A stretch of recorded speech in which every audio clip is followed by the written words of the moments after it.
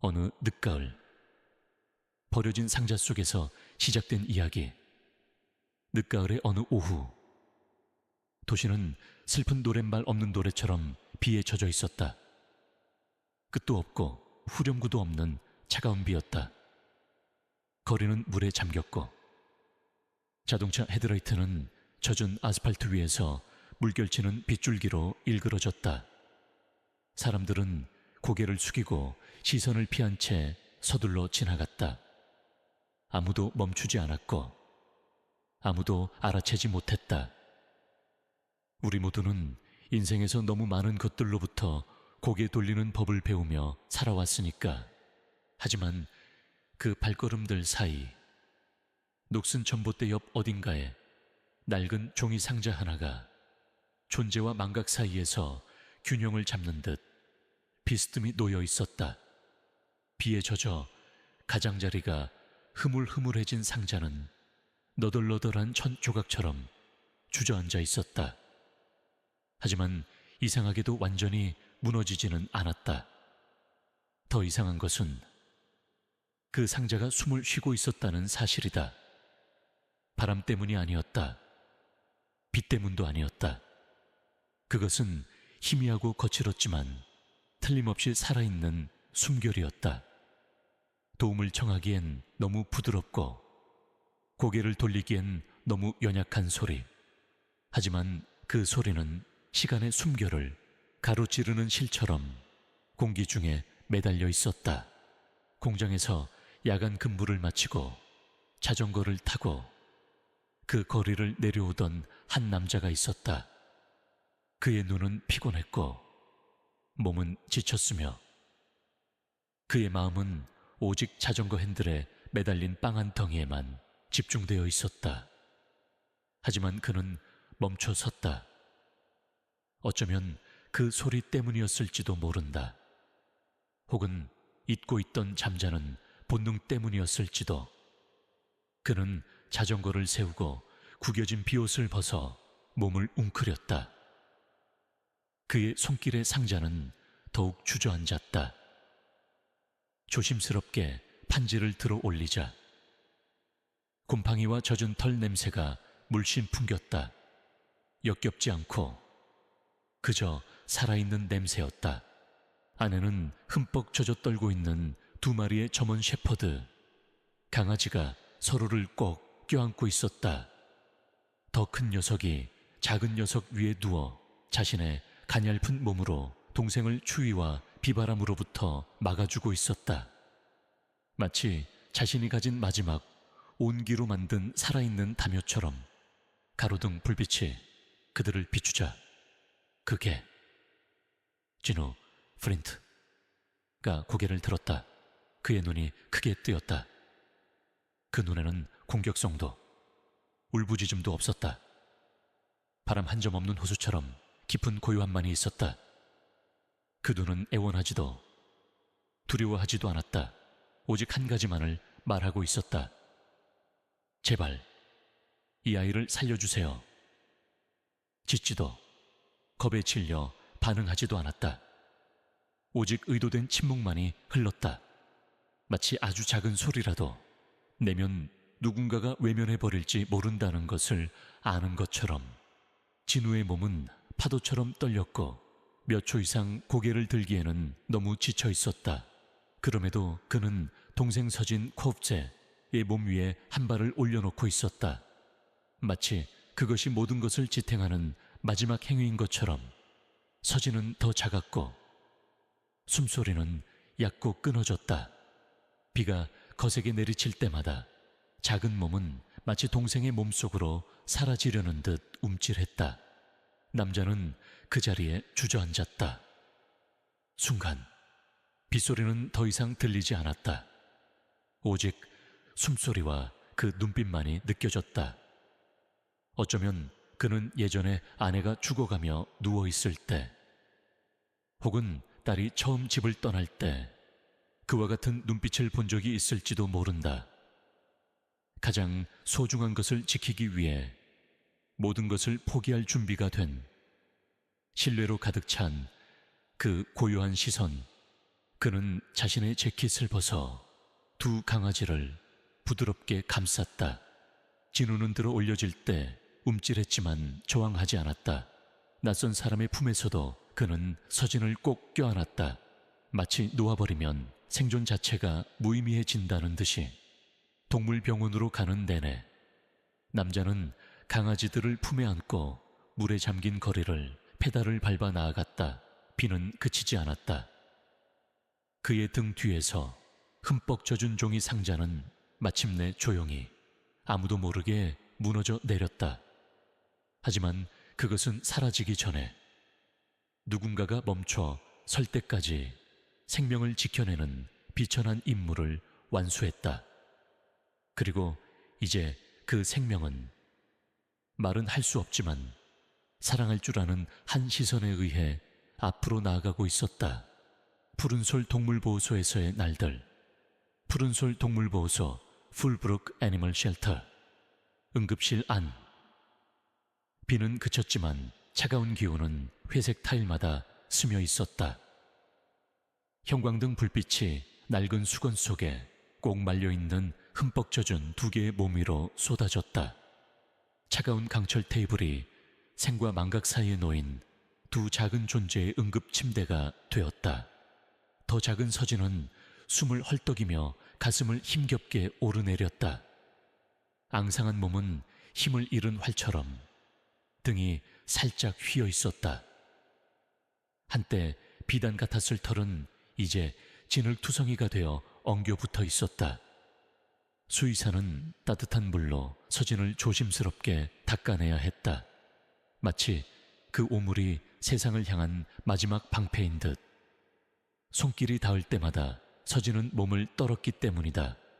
더 크고 강하고 조용한 형 진우는 완전히 정신을 차리고 있었다. 그는 저항하지도 당황하지도 않았다. 응급처치 내내 단 한 번의 소리도 내지 않았다. 하지만 걔를 아는 사람이라면 알 수 있었다. 이것은 복종이 아니라 통제였다. 진우는 자신이 어디에 있는지, 사람들이 무엇을 하는지 정확히 알고 있었고, 특히 동생에게 손을 댈 때는 더욱 예민하게 지켜보고 있었다. 수의사가 서진에게 항생제 주사를 놓자 진우는 다가가 서진의 어깨에 조용히 머리를 기댔다. 방해하지 않고 그저 고통을 나누려는 듯이. 수의사가 서진의 다리를 눌러 반사신경을 테스트하자 진우는 고개를 돌려 눈을 내리깔았다. 도울 수는 없지만 떠나지도 않을 터였다. 인간들에게 동생을 온전히 넘겨주지 않겠다는 듯이. 다음 날 밤이 되자 그들의 처는 안정되기 시작했다. 강아지들은 따뜻하고 조용한 격리실인 14번 견사로 옮겨졌다. 보호소의 오랜 활동가인 박수연 몰렌 씨가 그들에게 처음 다가갔다. 그녀는 조심스럽게 문을 열고 작은 밥그릇 2개를 내려놓은 뒤 한 걸음 물러나 그들을 관찰했다. 서진은 잠시 망설이다가 기어가 냄새를 맡았다. 하지만 한 입 먹기도 전에 진우가 끼어들어 부드럽게 그를 뒤로 밀었다. 밥을 뺏으려는 것이 아니었다. 진우는 고개를 숙여 밥그릇의 냄새와 온기를 꼼꼼히 확인했다.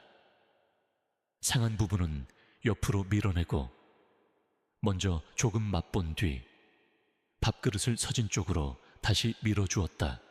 그리고는 한 입도 더 먹지 않았다. 견사 밖에서 수연 씨는 숨을 죽였다. 그녀는 버려지고 굶주리고 추위했던 강아지가 이런 행동을 하는 것을 본 적이 없었다. 대부분에게 음식은 생존 그 자체였다. 하지만 진우는 자신을 그 순서에 두지 않았다. 그는 살아남기 위해 태어난 것이 아니라 다른 누군가를 살리기 위해 태어난 것 같았다. 셋째 날이 되자 서진은 더 활발해졌고 익숙한 얼굴을 보면 꼬리를 살짝 흔들었다. 몇 초간 서 있을 수 있었고 스스로 소변을 봤으며 수연 씨가 들어올 때 희미하게 짖기도 했다. 반면 진우는 여전히 조용했다. 그는 서진이 다가가고 꼬리를 치고 관심을 끄는 동안 뒤에서 각 사람이 동생과 어떻게 상호작용하는지를 관찰하고 평가했다. 수연 씨는 깨닫기 시작했다. 진우는 아직 인간을 완전히 믿지 않았다. 견딜 수는 있지만 신뢰를 쉽게 주지는 않을 것이다. 그럼에도 공격성이나 두려움은 없었다. 진우는 그저 자신의 내면에 무언가를 붙들고 있었다. 희망과 비슷하지만 너무 많이 시험받은 무언가를. 때때로 수연 씨는 진우가 견사 구석에 등을 벽에 기댄 채 먼 곳을 응시하며 앉아있는 것을 발견했다. 마치 오래전 사라진 장소를 기억하는 것처럼. 한 번은 그녀가 실수로 금속 숟가락을 떨어뜨렸다. 타일에 부딪히는 날카로운 소리에 진우는 움찔하며 얼어붙었다. 눈이 커졌지만 으르렁거리거나 짖지 않았다. 그저 얼어붙었다. 몇 초 후 서진이 다가와 진우의 목에 머리를 부볐다. 그를 현실로 끌어당기는 부드러운 위로의 몸짓이었다. 진우는 한숨을 쉬고는 고개를 살짝 저으며 동생에게 다시 머리를 부볐다. 말은 없었지만 이것이 그들의 언어였다. 어느 날 오후 수연 씨는 견사를 청소하기 위해 둘을 분리하려 했다. 그녀가 14번 견사를 잠그고 진우를 옆 칸으로 옮기자마자 등 뒤에서 울음소리가 터져 나왔다. 길지도 크지도 않은, 하지만 보호소 전체를 침묵하게 만드는 울음소리였다. 진우가 처음으로 소리내어 울었다. 그의 목소리는 두려움, 분노, 고통, 그리고 절망으로 찢어지고 있었다. 서진도 미친 듯이 짖으며 문을 긁어대며 응답했다. 마치 다시 버려진 것처럼 수연 씨는 빗자루를 떨어뜨리고 달려가 문을 열었다. 순식간에 진우는 동생에게 달려가 머리를 부비며 온몸의 냄새를 맡았다. 마치 한순간이라도 놓치면 모든 것이 부서져 버릴 것처럼. 그날 이후로 아무도 그들을 분리하는 것에 대해 이야기하지 않았다. 늦은 밤 보호소가 고요해지고 복도의 비상등만 희미하게 빛날 때 진우는 잠든 동생 옆에 누워 깨어 있었다. 바람이 틈새로 스며들어 비처럼 휘파람 소리를 냈다. 그는 움찔하지 않았다. 그저 눈을 뜨고 천천히 숨을 쉬었다. 더 이상 두렵지 않고 그저 경계할 뿐. 상실에서 살아남은 것은 결코 온전할 수 없다는 것을 일찍이 배운 존재처럼. 진우는 자신이 어디에 있는지 몰랐지만 동생이 곁에 있다는 것은 알았다. 그리고 그것을 위해 그는 계속해서 망을 볼 것이다. 희망을 위해서가 아니라 본능을 위해, 살기 위해서가 아니라 다른 누군가를 살리기 위해. 어떤 상처는 피부에 드러나지 않는다. 피를 흘리지도 흉터를 남기지도 않는다. 하지만 모든 반사신경과 숨결 속에 머문다. 그리고 진우는 아직 어렸지만 그런 종류의 상처를 지니고 있었다. 드러나는 과거, 지워지지 않는 기억. 푸른솔 동물보호소에서의 날들은 평화롭게 흘러갔다. 적어도 서진에게는 그랬다. 어린 강아지는 완전히 회복하여 더 크게 짖고 더 많이 놀며 직원들에게 서서히 마음을 열었다. 수연 씨가 오면 견사문에 뛰어올라 웃음을 막 발견한 아이처럼 꼬리를 격렬하게 흔들며 바닥에 드러눕기도 했다. 하지만 진우는 달랐다. 그는 여전히 동생을 지켜보았고 아주 작은 변화에도 느리고 정확하게 반응했다. 짖지도 문제 행동을 하지도 않았다. 그리고 바로 그 점 때문에 수연 씨는 그에게 더 주목하게 되었다. 어느 토요일 아침 해가 부드럽게 솟아올랐다. 보호소 주변의 공기는 평소보다 가볍게 느껴졌다. 한 무리의 학생들이 동물 봉사 활동을 위해 도착했다. 아이들은 신나서 견사 주위를 뛰어다니며 개들에게 말을 걸고 휘파람을 불고 박수를 치며 개 짖는 소리를 흉내냈다. 서지는 신이 나서 누가 흉내낼 때마다 꼬리를 흔들며 지저댔다. 하지만 진우는 얼어붙었다. 무서워서 구석으로 숨은 것이 아니었다. 그는 앞다리를 뻣뻣하게 세우고 귀를 세운 채 가만히 서 있었다. 눈은 크게 뜨였지만 마치 아무도 볼 수 없는 무언가가 기억 속에서 나타난 것처럼 허공의 한 점에 고정되어 있었다. 그때 한 아이가 훈련용 호루라기를 날카롭게 계속해서 불었다. 그러자 진우는 변했다. 그는 칼날처럼 날카롭지만 크지 않은 목구멍에서 터져 나오는 듯한 으르렁거림과 함께 벌떡 일어났다. 몸은 팽팽해졌고 눈빛은 혼란에서 완전한 경계의 태세로 바뀌었다. 그는 다시 으르렁거렸다.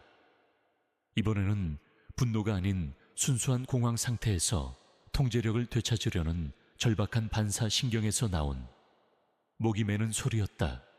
수연 씨는 즉시 달려와 아이들을 멈추게 하고 진우를 주 견사 구역 밖으로 데리고 나갔다.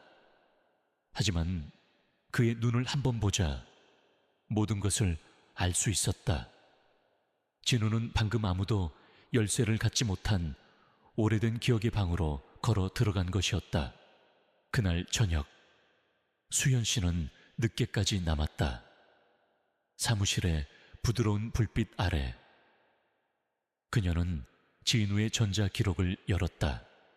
처음으로 그의 과거를 추적하기로 결심했을 때 조용한 메모가 나타났다.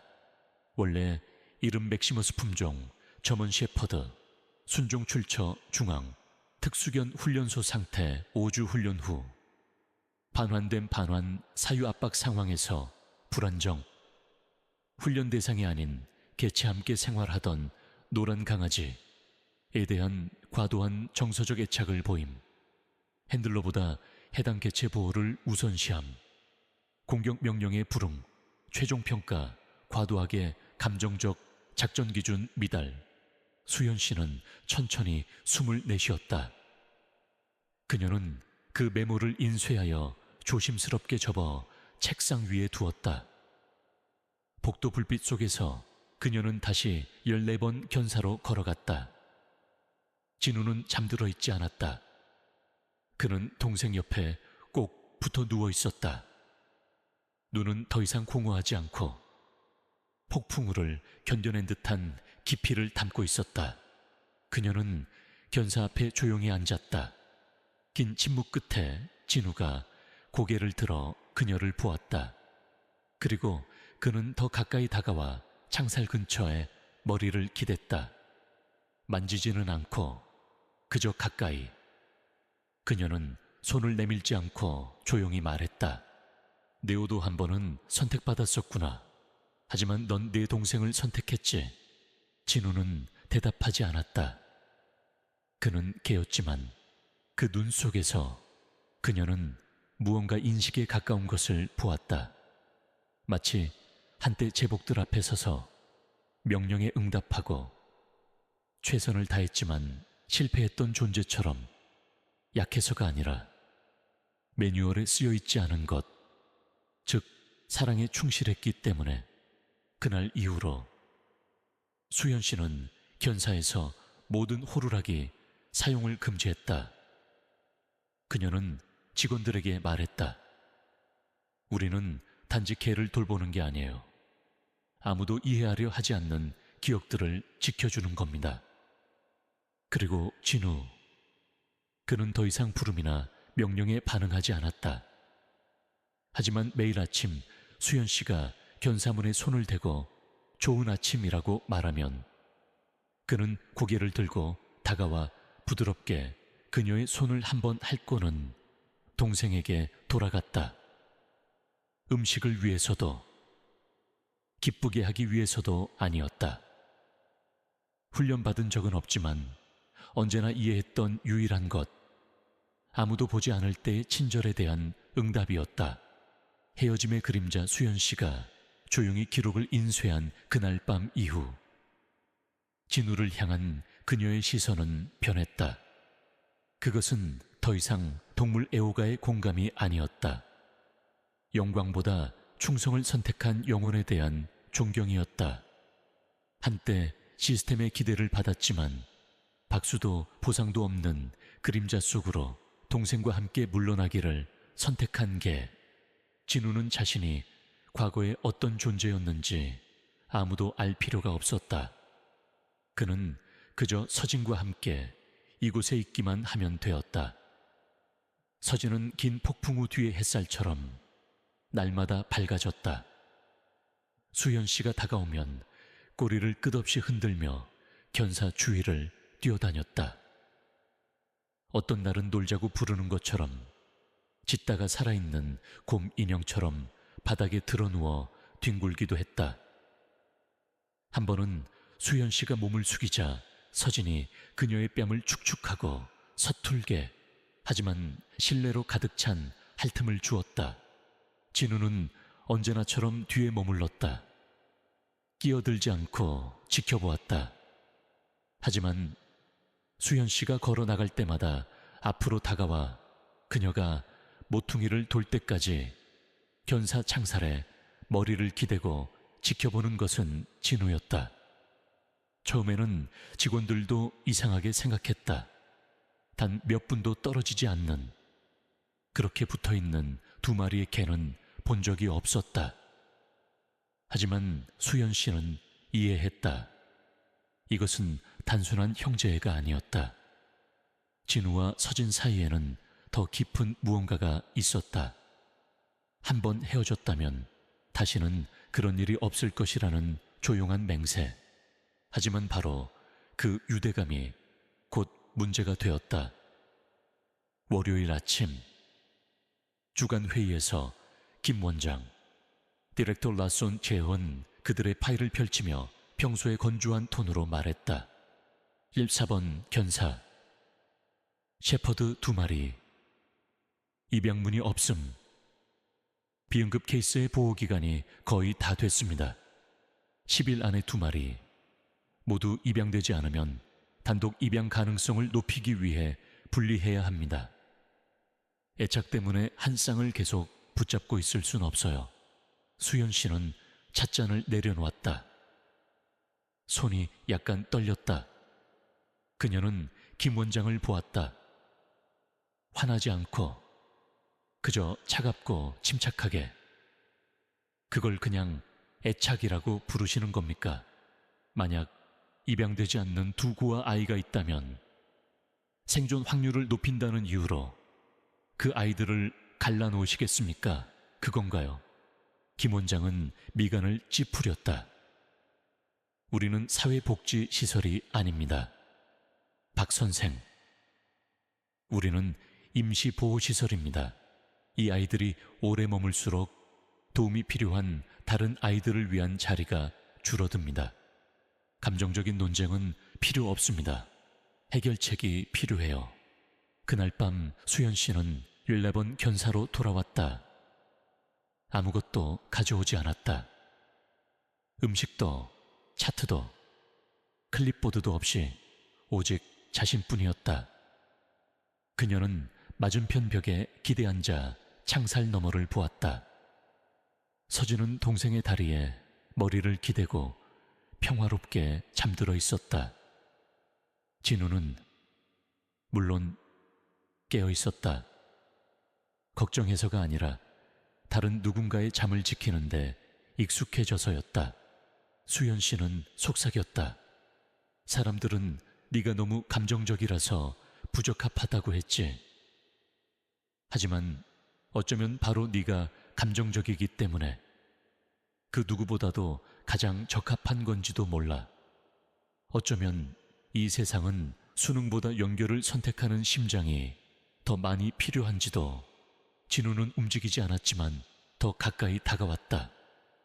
할지도 기대지도 않고 그저 희미한 불빛 속에서 수연 씨가 그의 눈을 볼 수 있을 만큼 가까이 앉았다. 그리고 그녀는 보았다. 그것은 단지 개의 눈이 아니었다.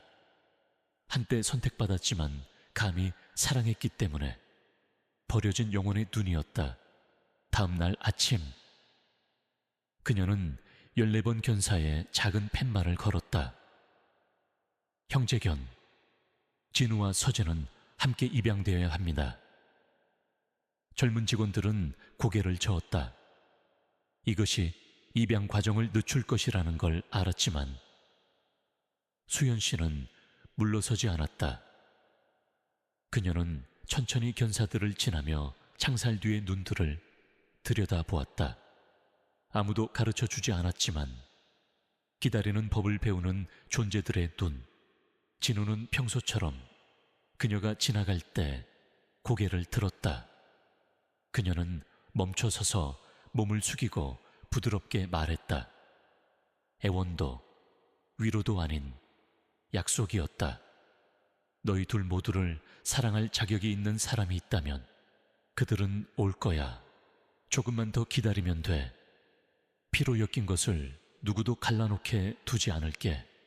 그리고 진우는 오직 정말로 주의를 기울이는 사람만이 알아챌 수 있을 정도로 아주 살짝 고개를 끄덕였다.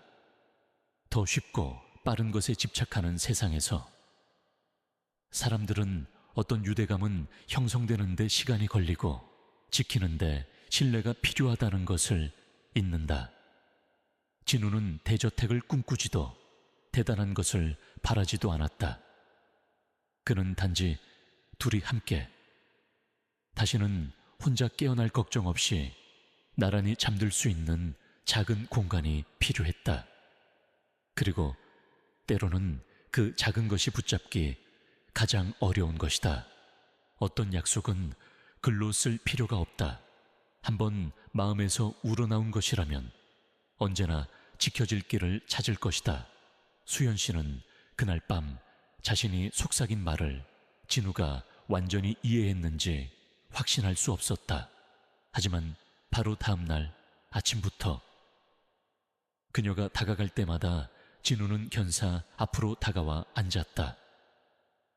음식을 위해서도 어떤 대가를 바라서도 아니었다. 그저 믿기로 선택했고 이제 그 믿음을 인내하는 법을 배우는 사람처럼 기다리기 위해서였다. 엇갈리는 인연, 함께 입양. 팻말이 붙은 지 닷새째 되던 날 초의 여사님 미스 데라이 나타났다. 그녀는 날씬하지만 단정한 나이든 여성이었다. 따뜻한 날씨에도 옅은 상아색 스카프를 목에 단정하게 메고 있었다. 은발은 깔끔하게 빗어 넘겼고 신발은 단정했으며 자세는 조심스러웠다. 마치 그녀에 관한 모든 것이 눈에 담긴 예의부터 목소리의 부드러움까지 오랫동안 정돈되어 온 것 같았다. 최 여사님은 그저 둘러보러 왔다고 말했지만 그녀의 시선은 단순한 호기심이 아니었다. 그것은 빈 공간을 물건이 아닌 생명으로 채우려는 사람의 시선이었다. 그녀 영혼의 일부가 부서져 나갔고 그녀는 여전히 작은 생명체들의 눈에서 그 조각을 찾는 습관에 매달려 있었다. 수연 씨는 그녀를 견사들 옆으로 안내했다. 강아지들은 꼬리를 흔들고 짖으며 관심을 끌려 했지만 최 여사님은 오래 머물지 않았다. 그녀는 예의 바르게 미소 짓고 여기저기 고개를 끄덕였다. 14번 견사에 이르러서야 그녀는 멈췄다. 서진은 본능대로 멀리서부터 발소리를 듣고 있었다. 그는 앞으로 달려와 꼬리를 맹렬히 흔들며 위아래로 뛰었지만 짖지는 않았다. 그는 그저 이 생애 이전에 어느 삶에서 그녀를 알아본 것처럼 넓고 열망에 찬 눈으로 낯선 이를 바라보았다. 최 여사님은 가만히 섰다. 가방끈을 쥔 손에 힘이 들어갔고 그녀의 눈은 놀라움으로 깜박이다가 부드러워졌다. 제 손주와 같은 눈을 가졌네요. 그녀는 조용히 말했다. 목소리는 마치 명명하고 싶지 않은 기억 속에서 흘러나오는 듯 떨렸다. 수연 씨는 묻지 않았지만 최 여사님은 어쨌든 이야기했다. 완전한 이야기는 아니고 단편들이었다. 걔를 사랑했던 온순한 손주가 있었다고. 그는 11살에 자전거 사고로 죽었다고. 그 이후로 그녀는 다른 동물을 키우지 않았다고 했다. 사랑하지 않아서가 아니라 사랑할 수 있는 것은 무엇이든 다시 자신을 떠날까봐 두려워서였다고. 하지만 오늘 그녀는 말했다. 그녀의 시선은 여전히 이제 그녀의 드레스에 발을 대려고 창살 사이로 발을 뻗는 서진에게 고정되어 있었다. 무언가가 저를 다시 부른 것 같아요. 뒤쪽에 있던 진우는 가만히 있었다. 으르렁거리지도 다가오지도 않고 그저 원망도 저항도 없는 표정으로 지켜보고 있었다. 그 고요함은 방을 침묵시킬 만큼 깊은 아픔을 담고 있었다. 서진은 마치 허락을 구하듯 형을 흘끗 보았다. 진우는 천천히 고개를 한번 끄덕였다. 그러자 서진은 행복하게 계속했다. 이름이 뭔가요? 최 여사님이 물었다. 서진이에요. 수연 씨가 대답했다. 그리고 저 아이는 진우 형이에요. 형제. 그녀는 말을 멈추며 되뇌었다. 수연 씨는 고개를 끄덕였다. 발견된 날부터 단 한순간도 떨어진 적이 없어요. 아. 최 여사님은 중얼거렸다. 저는 둘 다는 감당할 수 없을 것 같아요. 집도 작고 제 다리도 좋지 않아서요. 하지만 서진이는 데려갈 수 있다면. 그녀의 말은 심장의 문을 부드럽게 두드리는 것처럼 조용한 복도에 떨어졌다. 수연 씨는 잠시 침묵했다가 부드럽게 고개를 저었다. 정말 죄송합니다, 여사님. 하지만 보호소의 방침과 제 선택은 이 아이들은 함께 입양되어야 한다는 겁니다. 최 여사님은 망설였다. 그녀의 눈에 갈등이 스쳤지만 돌아서지는 않았다. 저는 정말 개 한 마리만 돌볼 수 있어요. 데려갔다가 나중에 돌려보내고 싶지는 않아요. 수연 씨는 여전히 자기 자리를 지키고 있는 진우를 보았다. 그녀는 부드럽게 말했다. 진우는 한때 경찰견 훈련을 받았어요. 너무 감정적으로 애착이 강해서 퇴소당했죠. 평범한 개가 아니에요. 여사님, 애정을 얻으려 달려들지는 않지만 모든 것을 이해해요. 그리고 이미 한 번 동생을 잃었어요. 다시 잃는 것을 견딜 수 있을지 모르겠어요. 최 여사님은 오랫동안 아무 말도 하지 않았다. 그녀는 근처 벤치에 앉아 손을 모으고 눈을 내리깔았다. 강아지들의 먼 짖음이 보호소를 통해 울려 퍼졌지만 이 견사 주변의 공기는 고요했다. 서진은 엎드려 앞발의 머리를 기대고 그 여인에게서 눈을 떼지 않았다. 마침내 최 여사님은 일어나 견사로 다가가 창살에 부드럽게 손을 댔다. 제 손주도 개가 있었어요. 3년밖에 살지 못했지만 손주가 열이 날 때마다 침대 곁을 떠나지 않았죠. 어쩌면 제가 이해할 수 있을지도 모르겠네요. 그녀는 더 이상 말하지 않고 수연 씨에게 살짝 고개를 숙이고 조용히 떠났다. 그날 진우는 수연 씨가 돌아왔을 때 견사 앞으로 오지 않았다. 그는 서진 옆에 누워 동생의 등에 머리를 기댄 채 눈을 반쯤 감고 있었다. 무슨 일이 일어났는지 들을 필요가 없었다. 진우는 소리로 살지 않았다.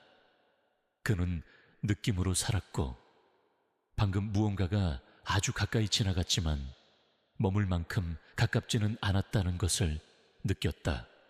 다시 찾아온 이별 다음 날 아침, 푸른솔 동물보호소는 폭풍 전에 그것처럼 옅고 축축한 빛에 잠겨 있었다. 아무도 말을 많이 하지 않았다.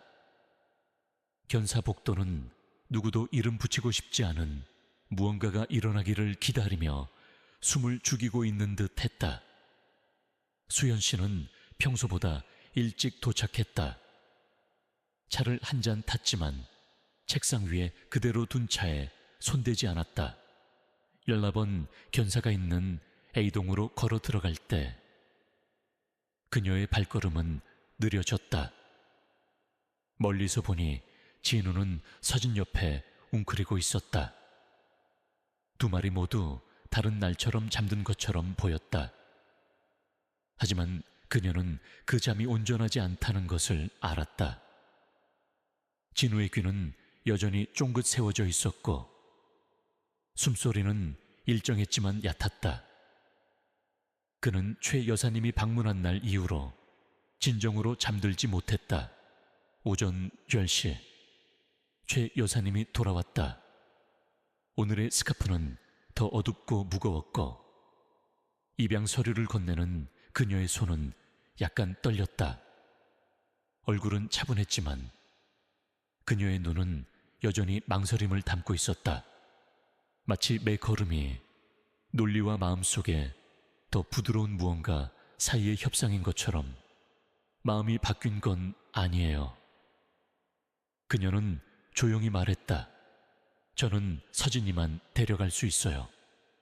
하지만 언젠가 제가 더 건강해지고 안정되면 다시 올게요. 수연 씨는 대답하지 않았다.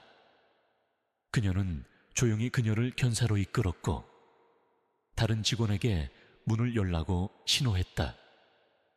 서진은 언제나처럼 신이 나서 그녀를 즉시 알아봤다. 그는 뛰쳐나와 그녀의 손을 핥았다.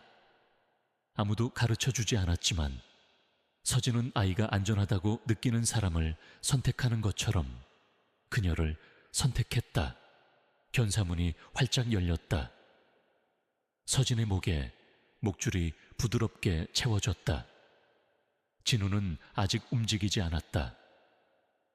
그는 고개를 높이 들고 눈을 크게 뜬 채 똑바로 앉아 있었지만 다리는 가까이 서지 않으면 거의 알아챌 수 없을 정도로 떨리고 있었다. 그는 울부짖지도 으르렁거리지도 길을 막지도 않았다. 그는 그저 마지막으로 한번 묻는 것처럼 지켜볼 뿐이었다. 이번에는 누군가 돌아올까? 서진은 동생을 돌아보았다. 그의 눈은 이해하지 못했지만 무언가 잘못되었다는 것을 감지했다. 그럼에도 그는 이끌려갔다. 아무도 그에게 그러지 말라고 말하지 않았고 진우는 언제나처럼 아무 소리도 내지 않았다. 그는 그저 모든 것을 삼켰다. 서진이 문턱을 넘어서자 진우는 앞으로 살짝 본능이 움직이라고 재촉하는 것처럼 움찔했다. 하지만 그는 멈췄다.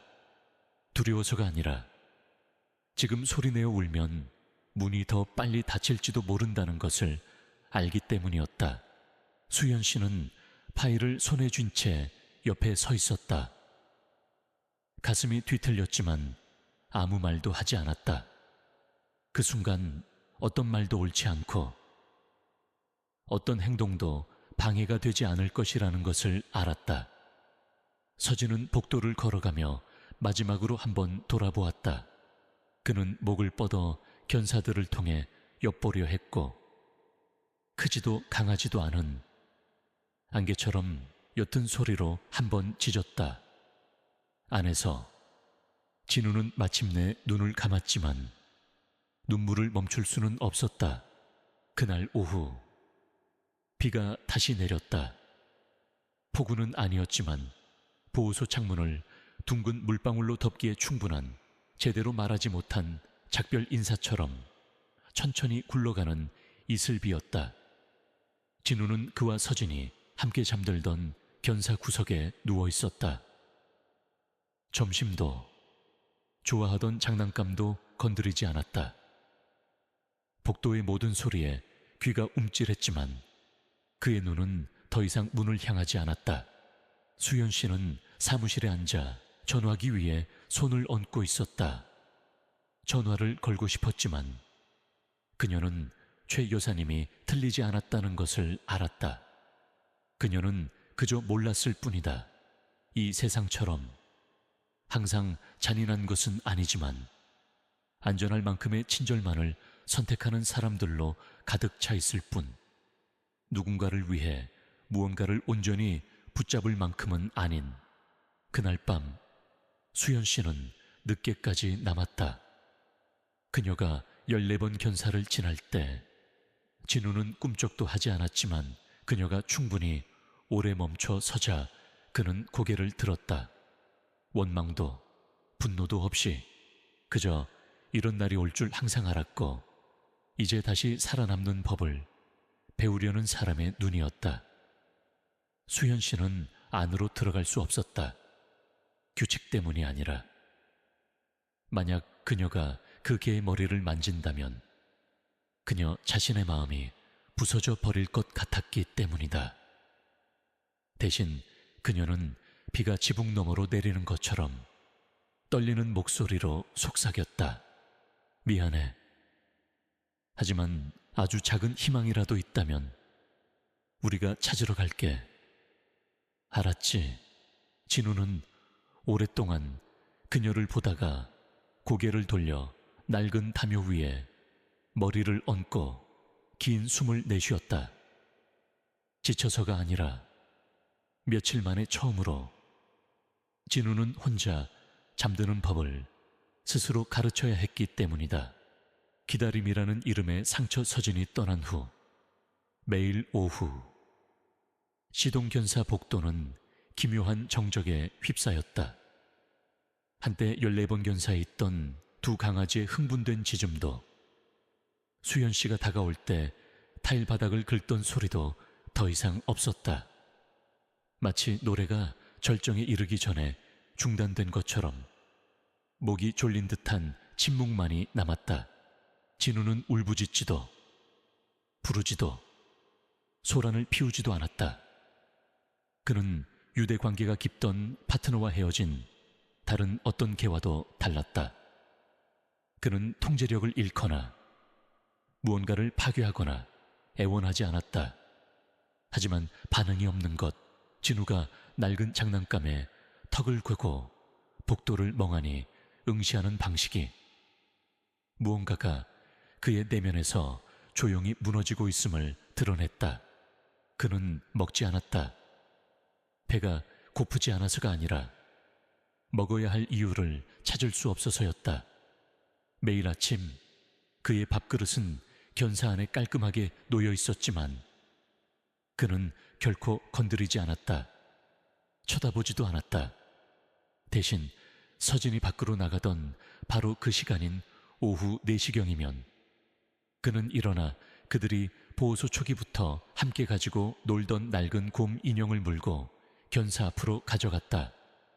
곰 인형은 귀 한쪽이 없었고 털은 침과 먼지로 엉겨 붙어 있었다.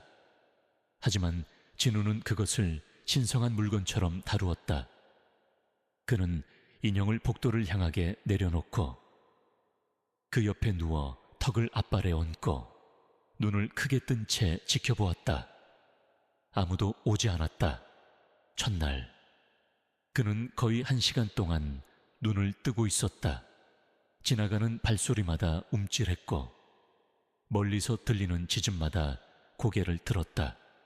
하지만 아무도 그의 견사에 멈추지 않고 출구로 이어지는 복도에서 아무도 오지 않자 그는 말로 표현할 수 없을 만큼 깊은 실망 속으로 서서히 가라앉는 사람처럼 땅으로 더 깊이 몸을 가라앉혔다.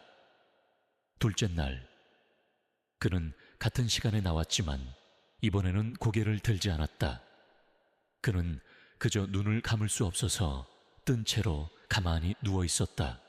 수연 씨는 모든 세부 사항을 기록하기 시작했다. 진우, 계속해서 음식 거부, 매일 같은 시간에 고정된 기다림 자세 유지, 이름에 반응 없음, 주도성 없음, 좋아하는 음식에 반응 없음, 명백한 우울 행동, 징후, 경고 면역 반응 급격히 약화. 그날 저녁, 수연 씨는 평소보다 더 오래 견사 옆에 앉아 있었다. 비가 막 내리기 시작했다. 부드럽고 끊임없이 피부에 달라붙는 차가운 바람과 함께 스며들었다. 진우는 그녀를 맞으러 오지 않았다. 그는 곰 인형에 턱을 얹은 채 그 자리에 머물렀다. 하지만 그의 눈은 더 이상 밖을 향하지 않았다.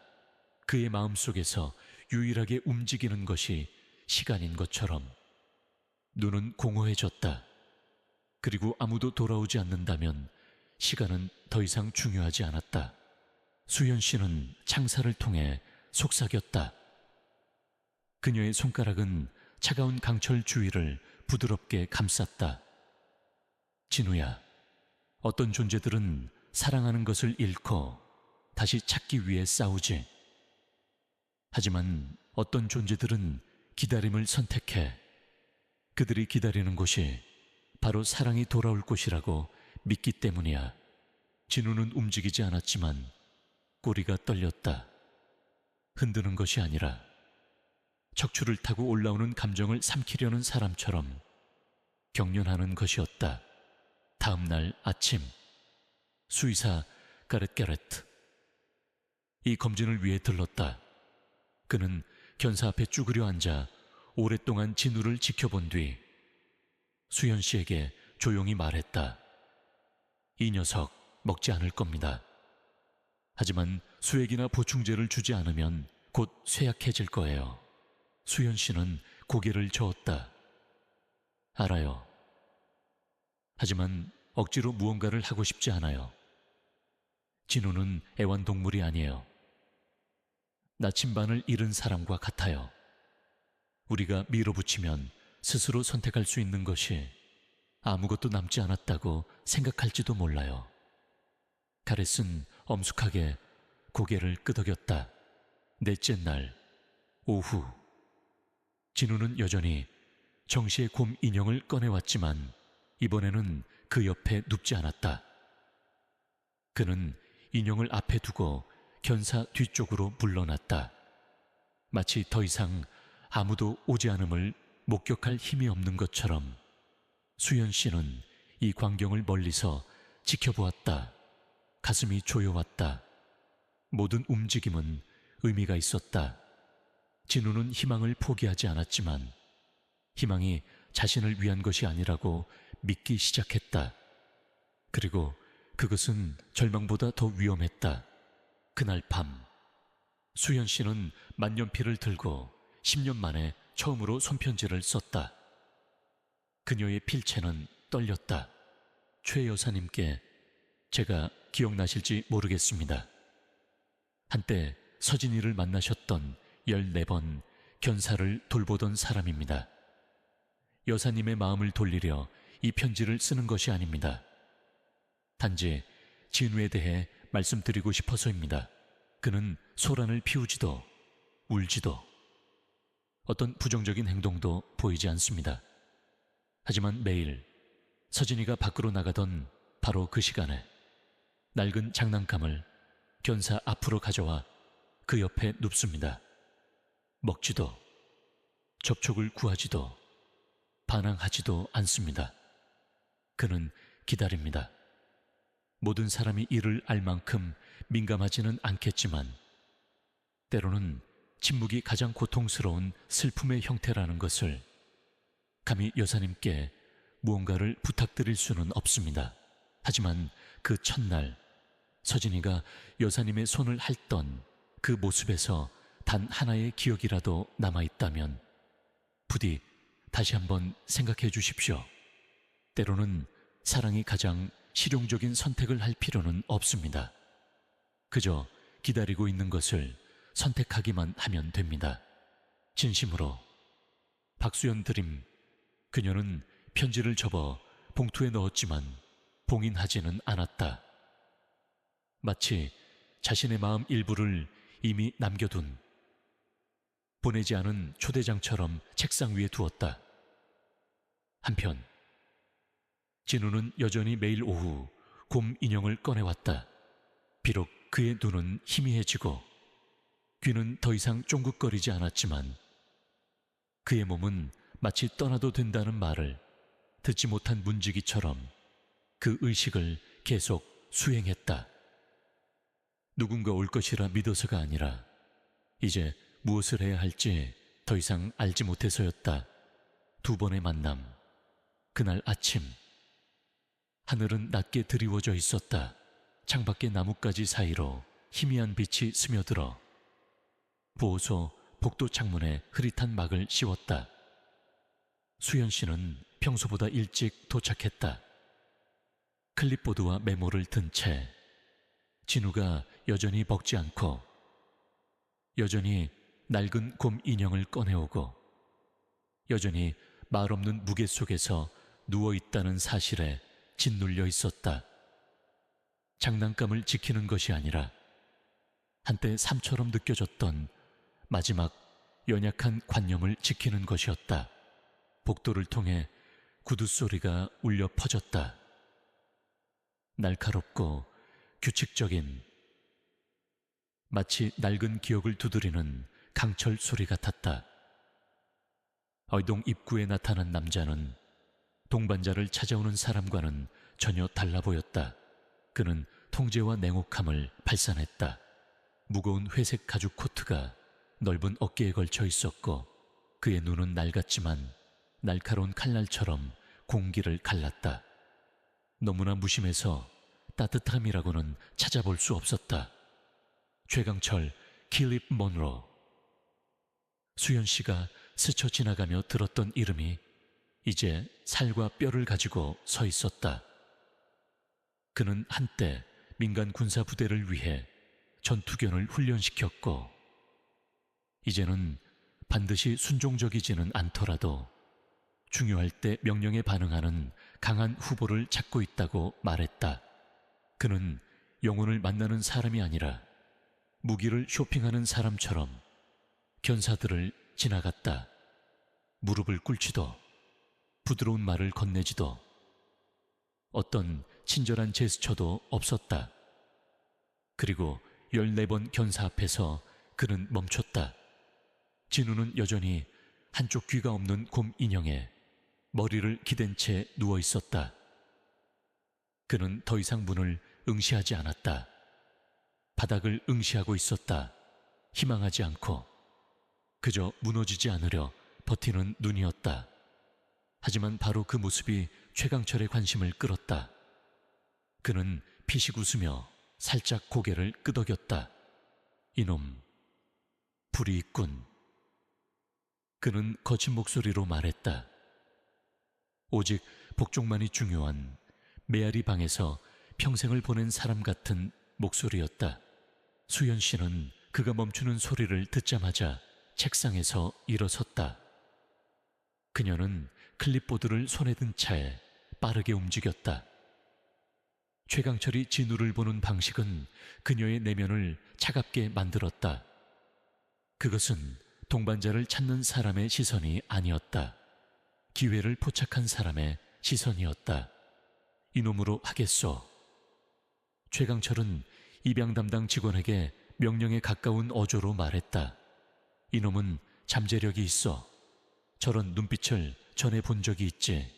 부서진 영혼이지만 여전히 불타고 있어. 제대로 훈련시키면 무기가 될 거야. 수연 씨는 얼어붙었다. 차가운 분노가 등골을 타고 올라왔지만 그녀가 말했을 때 목소리는 침착하고 얼음처럼 날카로웠다. 최 선생, 진우는 도구나 전투견이 아닙니다. 가장 소중한 것을 잃고 마지막 남은 자신을 붙들고 있는 살아있는 존재예요. 그에게 필요한 것은 치유이지 더 깊은 심연으로 밀어넣는 것이 아닙니다. 최강철은 얼굴에 표정 하나 없이 어깨를 으쓱했다. 나는 고통을 안다. 고통 속에서 본능을 재건하는 방법도 알지. 고통이야말로 놈들의 날카로움을 되살리는 거야. 수연 씨는 앞으로 나서서 그와 견사문 사이에 섰다. 틀렸어요. 모든 상처가 치유되기 위해 더 깊이 베일 필요는 없습니다. 진우는 재구축이 필요한 게 아니에요. 그가 다른 무언가가 되기를 요구하지 않고 있는 그대로의 그를 받아줄 사람이 필요해요. 최강철은 눈을 가늘게 떴다. 그때 견사 안에서 으르렁거림이 공기를 갈랐다. 크지도 길지도 않지만 날카롭고 반항적인 소리였다. 진우는 공격하기 위해서가 아니라 후퇴하기 위해 일어섰다. 그는 천천히 먼 구석으로 물러났다. 귀는 납작하게 눕고 등은 구부러졌으며 다리는 떨렸다. 그의 눈은 환하지 않았다. 겁에 질려 있었다. 마치 한때 자신을 어둠 속으로 끌고 갔던 사람의 그림자를 본 아이처럼 수연 씨는 창살 옆에 무릎을 꿇었다. 목소리가 떨렸다. 괜찮아, 진우야, 내가 여기 있어. 하지만 진우는 그녀를 보지 않았다. 그의 시선은 그 남자에게 고정되어 있었다. 모든 근육이 긴장했고 타격이나 우리 무언가 빼앗기는 것을 예상하고 있었다. 무슨 일이 일어날지 몰랐지만 그는 알았다. 지금 저항하지 않으면 자기 안에 무언가가 영원히 사라질 것이라는 것을. 그만하세요. 수연 씨는 일어서서 소음을 듣고 막 나온 보호소장 김 원장을 향해 돌아섰다. 그녀의 목소리는 명확하고 단호했다. 만약 이 입양을 승인하신다면 저는 오늘 사직하겠습니다. 그리고 동물복지위원회에 이 일을 보고할 겁니다. 어떤 윤리조항도 상처 입은 영혼을 고통을 도구로 여기는 사람에게 넘겨주는 것을 허용하지 않습니다. 김 원장은 망설였다. 최강철은 비웃으며 눈을 굴리고 어깨를 으쓱했다. 고통은 개를 순종적으로 만들지. 살고 싶지 않다면 살아남는 법을 가르쳐주지. 하지만 좋아.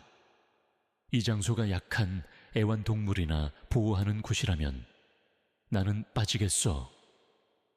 그리고 그는 떠났다. 그의 구둣발이 타일을 금속성 소리를 내며 쳤다. 매 걸음이 진우가 겨우 살아남아 걸어온 길에 박히는 목 같았다. 남자가 떠나자 수연 씨는 견사를 열고 안으로 들어갔다. 그녀는 지인우 옆에 앉았다. 그는 여전히 구석에 웅크린 채 얼어 있었다. 곰 인형이 옆에 힘없이 놓여 있었다. 잊힌 증인처럼. 아무도 다시는 고통으로 널 훈련시키지 않을 거야. 그녀는 그의 어깨에 손을 얹으며 속삭였다. 아무도 네 상실을 자신의 무기로 만들게 두지 않을 거야. 진우는 천천히 고개를 들었다. 그의 눈이 부드러워졌다. 그리고 마치 기댈 곳이 필요했던 아이처럼 그는 조용히 그녀의 무릎에 몸을 기댔다. 그날 밤 수연 씨는 그의 파일을 업데이트했다. 단독 입양 불어, 훈련용 이전 불어. 오직 사랑과 장기적인 안정성으로 두 마리 모두를 돌볼 것을 약속하는 가정에 신청만 받음. 수의사 가르시 조용히 그것을 읽고 물었다. 만약 아무도 입양하지 않으면 어떡하죠, 박 선생? 수연 씨는 돌아보지 않았다. 그녀의 눈은 낡은 사진 한 장에 머물러 있었다. 두 마리의 강아지가 서로에게 기댄 채 한 마리는 칠흑 같고 다른 한 마리는 옅은 금색이었다. 그러면 제가 할 겁니다. 그녀는 부드럽게 말했다. 그날 밤 진우는 다시 견사에서 잠들었다. 조금 몇 입 먹었지만 시작이었다. 곰 인형은 원래 자리로 돌아갔고 여러 판 만에 처음으로 진우는 깊이 잠들었다. 기다림을 멈춰서가 아니라 이제 이곳에서는 아무도 그의 고통에서 무언가를 훔치려 하지 않을 것이라는 것을 알았기 때문이다. 고요한 만남. 시작되는 치유, 잠 못 이루는 밤으로 여전히 눈이 부은 채 보호소에 도착한 다음 날 아침, 수연 씨는 대단한 것을 바라지 않았다. 그저 진우가 몇 입 먹거나 긴장 없이 낡은 장난감에 머리를 기대는 것을 보는 것, 그것만으로도 좋은 날이었을 것이다. 하지만 그날 진우의 어린 시절에 가혹했던 운명은 조용히 문을 열었다. 따뜻함은 전화가 아니라 아무 말 없이 조용히 존재하는 한 남자를 통해 도착했다. 그는 오전 9시에 도착했다. 해가 타지 않을 만큼 부드럽고 바람이 예민한 영혼을 불안하게 하지 않을 만큼 가벼울 때였다. 그는 12살쯤 된 어린 소녀와 함께 왔다. 소녀의 머리는 서둘러 묶여 있었고 팔에는 낡은 책 한 권을 안고 있었다. 그들은 입양하러 온 사람들처럼 보이지 않았다. 소음도, 샅샅이 살피는 눈길도, 견사 사이를 서두르는 모습도 없었다. 그들은 마치 아직 완전히 읽히지 않은 삶들의 조용한 도서관을 지나는 것처럼 조용한 존경심을 담은 눈으로 복도를 천천히 걸었다. 수연 씨가 사무실에서 나와 고개를 끄덕이며 인사했다. 그는 말없이 살짝 고개를 끄덕여 답했다. 소녀가 부드럽고 맑은 목소리로 자신을 지혜 아이라나 라고 소개했고 남자는 아내가 세상을 떠난 후 교회에서 작은 정원을 가꾸며 혼자 사는 은퇴한 교사인 할아버지 윤 선생님, 미스터 엘리도리업이라고 말했다. 할아버지는 말씀을 많이 안 하세요. 지혜가 눈을 살짝 내리깔며 말했다. 하지만 친구가 필요하신 것 같아요. 빈자리를 채우기 위해서가 아니라 남은 것을 붙잡기 위해서요. 수연 씨는 바로 대답하지 않았다. 그녀는 그저 부드럽게 미소 짓고 그들을 따라오라는 손짓을 한 뒤 조용히 그들을 견사줄을 따라 안내했다. 개들은 언제나처럼 흥분해서 짖고 꼬리를 흔들며 관심을 끌려 했지만 윤 선생님은 어떤 견사에서도 멈추지 않았다. 그는 그저 찾지도 피하지도 않는 꾸준한 시선으로 걸었다. 그러다 그는 14번 견사 앞에서 멈췄다. 진우는 평소처럼 낡은 곰 인형에 머리를 기댄 채 누워 있었다. 하지만 다른 날과 달리 그는 낯선 이를 보고 물러서지 않았다. 으르렁거리지도 고개를 돌리지도 않았다. 그는 천천히 고개를 들고 윤 선생님을 보았다. 의심이 아니라 마치 귀를 기울이는 것처럼 아무도 한마디도 하지 않았다. 지혜는 뒤에 서서 숨을 죽였다. 수연 씨는 지켜보았다. 그녀의 심장 박동은 부드럽지만 끈질겼다. 소리 없는 언어로 된 대답을 기다리는 것처럼. 그리고 그때 진우가 일어섰다. 망설임도 긴장도 없이 그는 견사 앞으로 걸어가 곰 인형을 창살 옆에 부드럽게 내려놓았다. 짖지도 신호를 보내지도 않았다. 그는 그저 문 안쪽에 조용히 앉아 마치 아주 오랫동안 그를 알고 지낸 것처럼 윤 선생님의 발치에 자리 잡았다. 윤 선생님은 고개를 숙였다. 미소 짓지도 손을 내밀지도 않았다. 그는 그저 앉았다. 안경에 비친 희미한 반사가 진우의 눈과 마주쳤다. 다르게 늙었지만 똑같이 조용한 두 존재. 마치 그들의 고요함이 이미 오래전에 시작된 이야기인 것처럼 수연 씨는 눈가가 찡해지는 것을 느꼈다. 시끄러운 감정 때문이 아니라 진우가 쉽게 마음을 열지 않는다는 것을 알고 있었기 때문이다.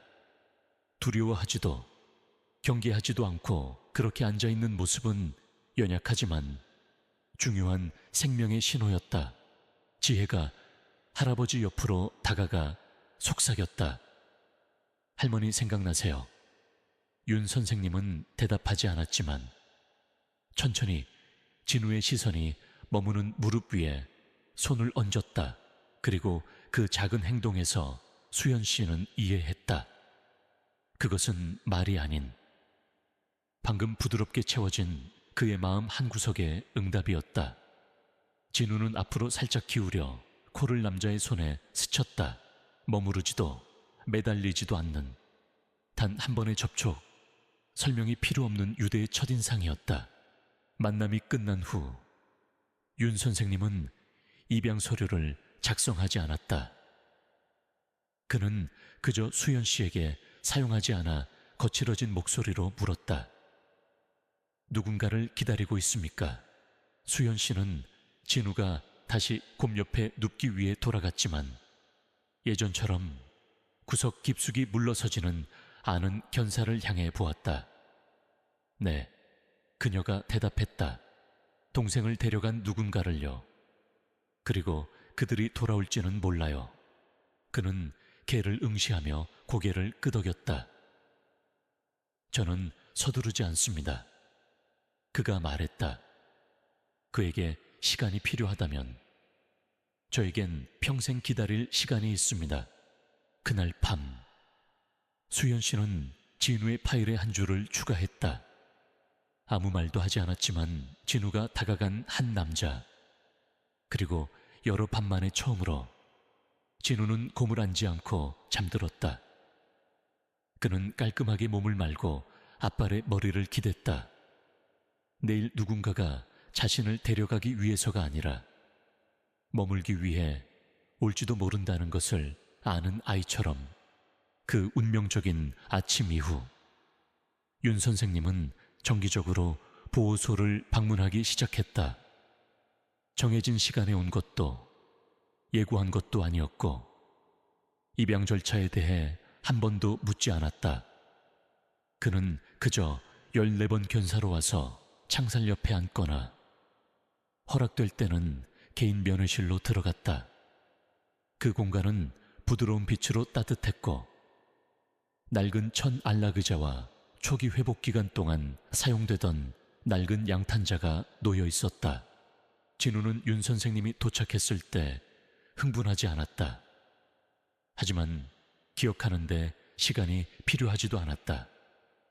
그는 복도를 울리는 남자의 발소리를 듣는 순간 그를 알아보았다. 짖지도 꼬리를 흔들지도 않고 그저 자리에서 일어나 곰 인형을 그대로 둔 채 문으로 조용히 걸어갔다. 마치 남자의 존재가 놀랍거나 의문을 가질 일이 아닌 자연스러운 일인 것처럼 그날 오후 보호소는 조용했다. 수연 씨는 오직 그들을 위해 면회실을 예약했다. 부드러운 빛이 커튼을 통해 스며들어 옅은 타일 위에 부드러운 줄무늬를 드리웠다. 윤 선생님은 오래된 안락 의자에 앉아 오랫동안 열지 않은 기억의 서랍을 열려는 듯 손을 모으고 있었다. 진우는 명령을 기다리지 않았다. 그는 천천히 다가가 남자의 발치에 누웠다. 몸을 의자에 가볍게 기댔다. 앨리스의 무릎에 머리를 기대지도 매달리거나 애원하지도 않았다. 그는 그저 가까이 누워 그 침묵 속에서 마침내 곁에서 쉴 수 있는 안정된 숨결을 찾은 것처럼 윤 선생님은 그를 쓰다듬거나 어루만지지 않았다. 그는 그저 햇빛이 비치는 창문을 바라보며 마른 나무처럼 건조하고 오래된 목소리로 말했다. 그녀는 언제나 걔가 치유할 수 있다고 믿었지. 그가 말했다. 마법이 아니라 그들의 침묵으로 개들은 묻지 않아 모든 상실을 다시 이야기하게 만들지도 않지. 그저 곁에 누워 당신이 준비되면 나는 여기 있어요 라고 말하는 것 같아. 진우는 움직이지 않았지만 귀가 살짝 움찔했다. 소리 때문이 아니라 그 목소리 때문이었다. 들으라고 하는 이야기가 아니라 이해받으라고 하는 이야기. 나는 2년 전 겨울에 그녀를 잃었어. 그가 계속했다. 내가 돌아볼 가치가 있는 유일한 사람인 것처럼 정원에서 나를 부르는 그녀의 목소리가 여전히 들리는 그곳이 아파. 그녀가 떠난 후 나는 씹는 것을 멈췄고 라디오를 켜는 것도 멈췄지만 그녀가 책을 읽던 의자는 그대로 두었어. 그 위에는 아무것도 올려놓지 않았지. 햇빛이 그의 얼굴 절반을 비추며 시간이 새긴 모든 주름을 드러냈다. 그리고 그 순간 진우는 고개를 들었다. 높지 않고 그저 남자의 눈과 마주칠 만큼. 걔는 그를 똑바로 부드럽게 흔들림 없이 바라보았다. 탐색하는 것도 동정하는 것도 아닌 그저 듣고 있었다. 온몸으로. 그리고 윤 선생님이 무심코 진우의 등에 거친 손을 내렸을 때 걔는 물러서지 않았다. 그는 조금 더 기댔다. 작은 제스처였지만 외로운 영혼이 바랄 수 있는 가장 분명한 대답이었다. 잠시 후 윤 선생님은 숨을 내쉬었다. 무겁지 않고 마치 오랫동안 열지 않은 마음 한구석의 먼지가 부드럽게 닦여나간 것처럼 이상하군. 그는 중얼거렸다. 누구에게랄 것도 없이 그는 내가 부르기를 필요로 하지 않았어. 어떤 약속도 요구하지 않았지. 그저 와서 머물렀어. 마치 내가 아니라 그가 나를 선택하는 것처럼. 반쯤 닫힌 문 뒤에서 수연 씨는 모든 것을 들었다. 그녀는 들어가지도 메모를 적지도 않았다. 그녀는 그저 문틀을 잡고 있었다. 손바닥이 한 번 떨렸다. 진우가 방금 한 일이 단지 마음을 여는 것이 아니라는 것을 이해했기 때문이다. 그것은 신뢰를 부여하는 드문 행위였다. 그날 밤 수연 씨는 사무실에 홀로 앉아 있었다. 그녀는 진우의 파일을 열고 현재 상태 섹션에서 멈췄다. 회복 중이라는 줄 아래 그녀는 파란 잉크로 추가했다. 더 이상 도망치지 않고 기억과 함께 앉기 시작함. 그리고 그녀는 여러 날 만에 처음으로 미소 지었다. 어떤 존재들은 구조될 필요가 없다는 것을 알았기 때문이다. 그들은 그저 조용히 앉아 무게를 내려놓을 장소가 필요할 뿐이다. 그리고 진우는 앉기 시작했다. 이어지는 마음. 그리고 집으로 조용한 면회실에서의 그 만남 이후 삐죽삐죽한 포니테일과 차분한 시선을 가진 소녀. 지혜는 보호소를 더 자주 방문하기 시작했다. 그녀는 더 이상 할아버지 옆에서 걷지 않고 혼자 와서 마치 이곳이 삶 자체를 가르치는 교실의 연장선인 것처럼 견사복도로 들어섰다. 그녀는 진우에게 아기말을 걸거나 과장된 애정을 보이지 않았다. 대신 자세, 눈의 움직임, 귀의 미묘한 떨림이나 숨결의 리듬으로 쓰인 언어를 읽으려는 사람처럼 끈기 있고 조용하게 관찰했다. 그녀는 항상 천으로 된 노트 한 권을 들고 다녔는데 작은 글씨로 학생 프로젝트 동물과 외상 후 회복, 행동이라고 적혀 있었다. 이것은 일반적인 숙제가 아니었다. 가족, 애완동물이나 아이들과 동물 사이의 우정 같은 더 쉬운 주제를 거절한 후 그녀가 스스로 선택한 기말 프로젝트였다. 처음에는 수연 씨도 지혜가 진우의 행동을 시간까지 추적하고 견사 배치도와 물건의 위치 변화를 매일 스케치하는 등 모든 세부 사항을 진지하게 기록하는 것을 보고 놀랐다. 하지만 지켜볼수록 수연 씨는 지혜가 단지 데이터를 수집하는 것이 아니라는 것을 깨달았다. 그녀는 상처가 핵심에 닿은 생명체를 이해함으로써 자신을 치유할 방법을 찾고 있었다. 진우도 그녀에게서 무언가를 감지하는 듯 했다. 그는 대부분의 어른들에게처럼 강하게 반응하지 않았다. 그녀 주위에서 조심하지 않았다. 그녀가 다가올 때 꼬리를 흔들지는 않았지만 마치 그녀의 펜이 긁히는 소리를 더 잘 듣거나 동정이나 호기심 없이 오직 조용히 이해하려는 욕망만이 담긴 그녀의 눈 표현을 더 선명하게 보려는 듯 종종 창살 쪽으로 조금 더 다가갔다. 어느 날 오후 바깥에 가벼운 비가 내릴 때 지혜는 14번 견사 옆에 앉아 노트를 펼치고 썼다. 9일차. 진우는 짓지도 요구하지도 않지만 매일 같은 시간에 곰 인형을 견사 앞으로 옮긴다. 조건화된 반응일 수도 있지만 시간적 기억 신호를 암시할 수도 있다. 관찰근은 높은 여성의 외침보다 낮은 남성의 중립적인 목소리에 더 잘 반응한다. 초기 결론 그는 단지 기억하는 것이 아니라 구별할 수 있다. 잠시 후 그녀는 다른 종류의 줄을 추가했다.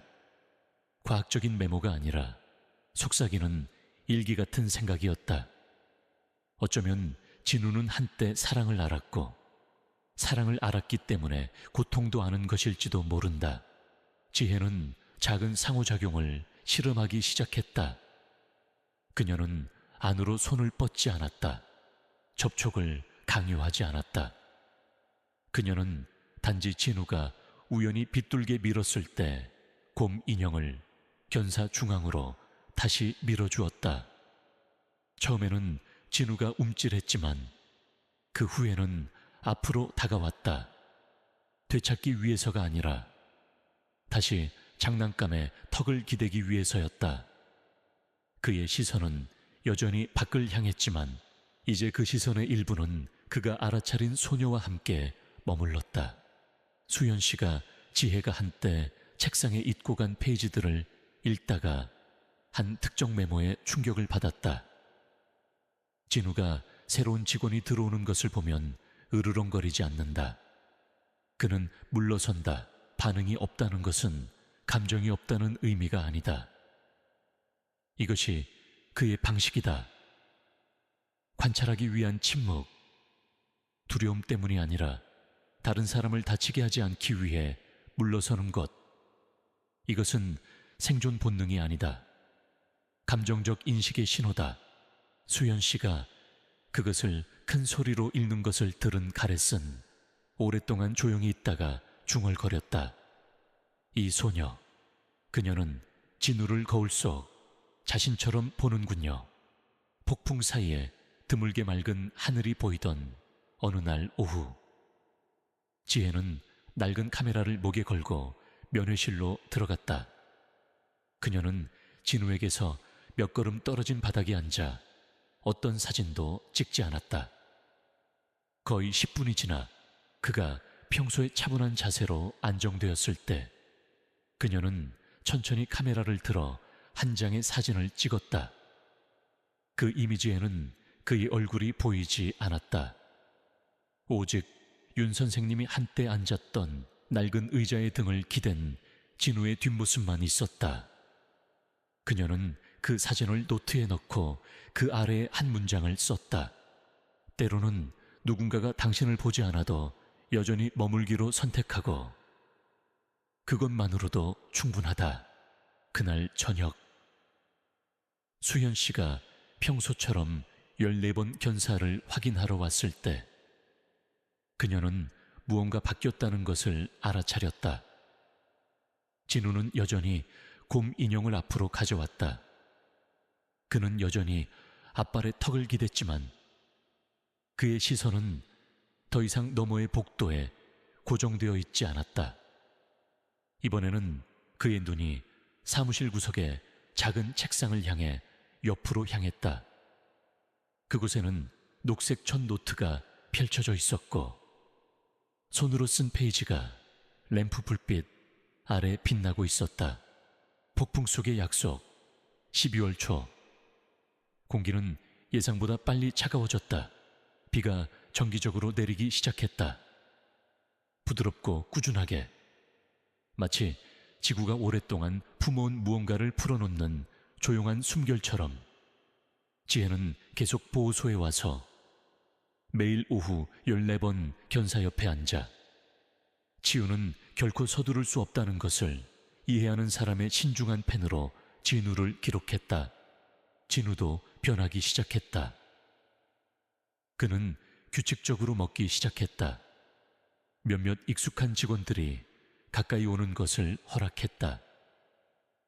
때로는 가장 조용한 오후에는 하품을 하고 수연 씨의 팔에 부드럽게 머리를 기대기도 했다. 신뢰가 다시 자라기 시작했다는 작은 신호였다. 하지만 매일의 개선 징후에도 불구하고 한 가지는 변하지 않았다. 매일 같은 시간에 진우는 여전히 곰 인형을 견사 앞으로 가져왔다. 그는 더 이상 예전처럼 복도를 응시하지는 않았지만 그 의식을 결코 건너뛰지 않았다. 그러던 어느 날 저녁 바람이 평소보다 더 거세게 울부짖고 비가 마치 기억의 창유리를 두드리는 사람처럼 창문에 몰아칠 때 윤 선생님이 돌아왔다. 그가 없는 동안 무슨 생각을 했는지 아무도 몰랐다. 어쩌면 확신하는 데 시간이 필요했을지도 모른다. 아니면 그가 너무 깊이 상처 입은 생명체를 향해 발을 내디듬으로써 오랫동안 침묵 뒤에 숨겨온 자신의 내면의 균열과 마주해야 한다는 것을 두려워했을지도 모른다. 하지만 그날 밤 폭풍 속에서 그는 도착했다. 우산도 미리 전화도 없이 마치 자신에게서 너무 멀리 방황하다가 마침내 길을 찾아 돌아온 사람처럼 비를 뚫고 걸어오는 한 남자. 수연 씨는 복도 끝에서 그를 발견했다. 흠뻑 젖고 주위에 약간 구부정했지만 그의 눈은 이상하게 밝았다.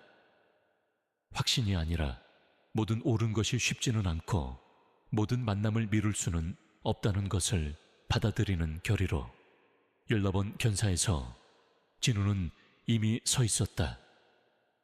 부름이 필요 없었다.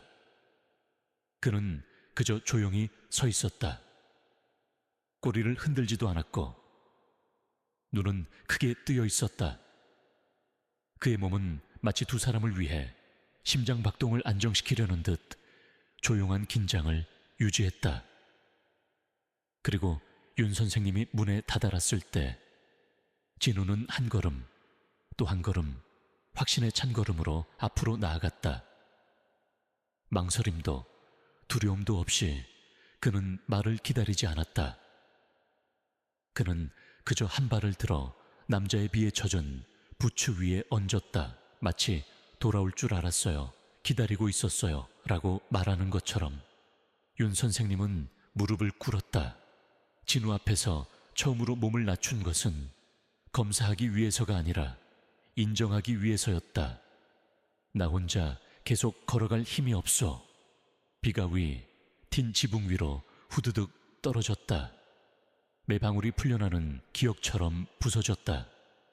하지만 그 모든 소음 속에서 남자는 숨결처럼 부드럽게 속삭였다. 당신은 내가 필요 없겠지만 나는 나를 향해 다가와 줄 누군가가 필요하오.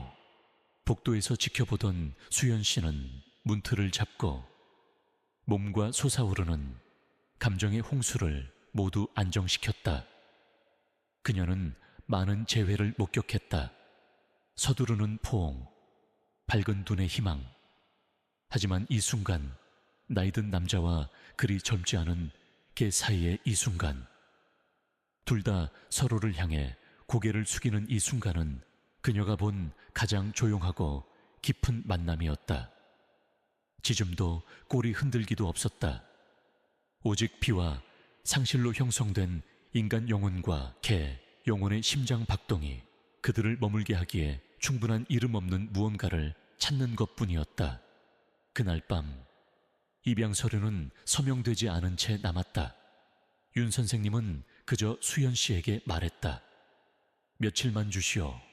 다음번에 진우를 집으로 데려오러 다시 오겠소. 그리고 견사로 돌아간 진우는 곰 인형을 문으로 가져오지 않았다.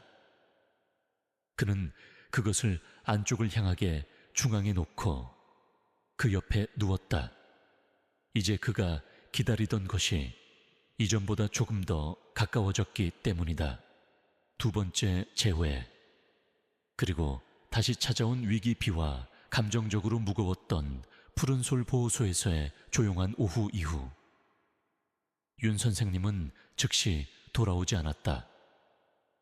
그는 생각할 시간이 아니라 집에 귀청이 터질 듯한 정적 속에서 오랫동안 잠자고 있던 기억의 파편들을 재정렬할 시간이 필요했다. 그는 그녀가 한때 키웠던 개의 낡은 침대를 치우고 그녀가 뜨개질을 하던 양탄자의 먼지를 털고 오랫동안 방치되었던 정원으로 창문을 활짝 열었다. 마치 한때 삶이 빼앗아갔던 무언가가 다른 형태로 돌아오는 것을 환영할 준비를 하는 것 같았다. 그리고 비 없는 아침, 그는 보호소로 돌아왔다. 긴 설명도 질문도 없이 그는 그저 낡은 가죽 목걸이, 조심스럽게 기름칠한 목줄, 그리고 헬렌이 가장 좋아했던 색인 두꺼운 붉은 갈색 양모 담요를 건넸다. 진우는 창살 너머로 그를 보자마자 거칠게 반응하지 않았다. 울부짖지도 짖지도 점프하지도 않았다. 그는 그저 서서 천천히 앞으로 걸어왔다. 눈은 넓고 차분했다. 마치 피할 수 없는 무언가를 알아보는 것처럼. 어쩌면 한때 부서졌던 영혼들에게 집으로 돌아오는 느낌은 행동이 아니라 그들을 버리지 않은 오래된 시선의 인식을 통해 오는 것일지도 모른다. 낡은 픽업 트럭이 마른 잎사귀를 버석거리며 조용한 길을 따라 굴러갔다. 윤 선생님은 예전처럼 라디오를 켜지 않았다. 트럭 안에서 유일한 소리는 진우의 꾸준한 숨소리뿐이었다. 지난 2년간 그의 집에서 가장 살아있는 소리였다. 차가 멈췄을 때 진우는 뛰쳐나오지 않았다. 그는 불안하지도 흥분하지도 않고 주위를 둘러보았다. 축축한 흙 위로 내디딘 그의 첫걸음은 신중하고 느리고 꾸준하고 조심스러웠다. 오랜 행군에서 돌아온 군인처럼 환영을 구하는 것이 아니라 그저 쫓겨나지 않고 안으로 들어가고 싶어 하는 것처럼 작은 나무집은 소나무들 사이에 시간이 빚은 색으로 드리워진 채 조용히 서 있었다.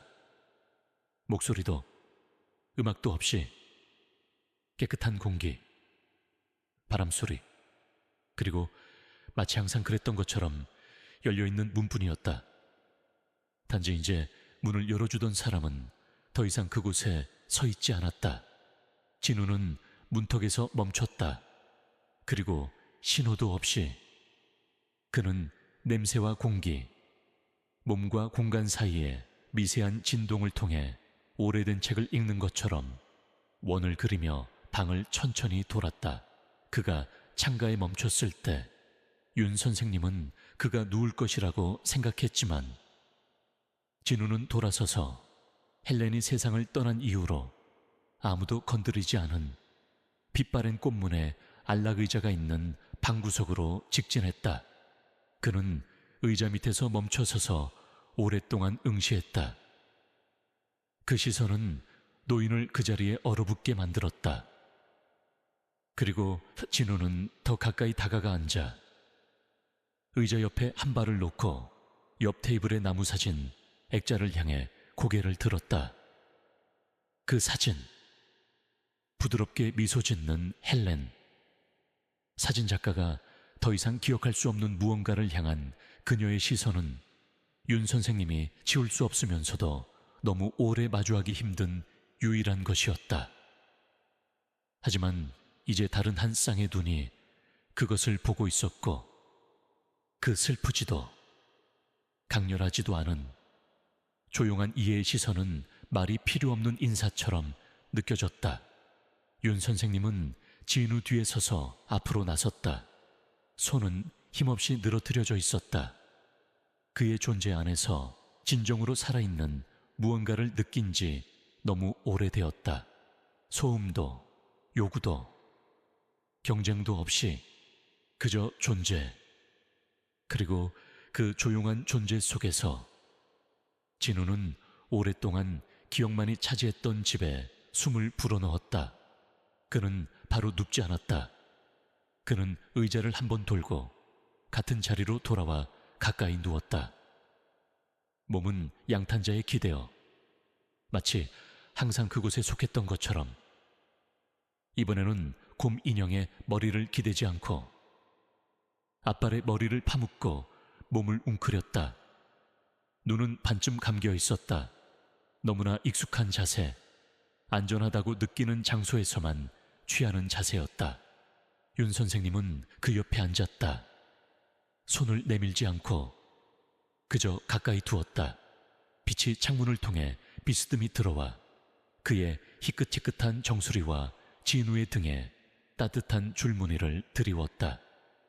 그리고 그 순간 그는 가슴 깊은 곳, 여전히 말이 남아있는지 몰랐던 곳에서 나오는 목소리로 부드럽게 말했다. 이 집은 너무 오랫동안 조용했어. 당신이 내딛는 모든 발걸음이 이 나무 벽 속에 오래된 심장 박동을 깨우는 것 같아. 진우는 한쪽 눈을 떴다. 고개를 들지도 짖지도 않고 그저 남자의 손에 조금 더 가까이 다가갔다. 작은 제스처였지만 2년 만에 처음으로 윤 선생님에게 더 이상 혼자 앉아있지 않다는 것을 느끼게 했다. 그날 밤 그는 예전처럼 침실 문을 닫지 않았다. 그는 침대 옆에 헬렌의 양모담요를 펼쳐놓았다. 명령도 초대도 아니었다. 그리고 불을 끄고 누웠다. 어둠 속에서 부드러운 비가 다시 내리기 시작했다. 지붕 위를 규칙적으로 두드리는 소리가 마치 부드럽게 열리는 기억 상자 같았다. 진우는 아래에 조용히 누워 고르게 숨 쉬고 있었다.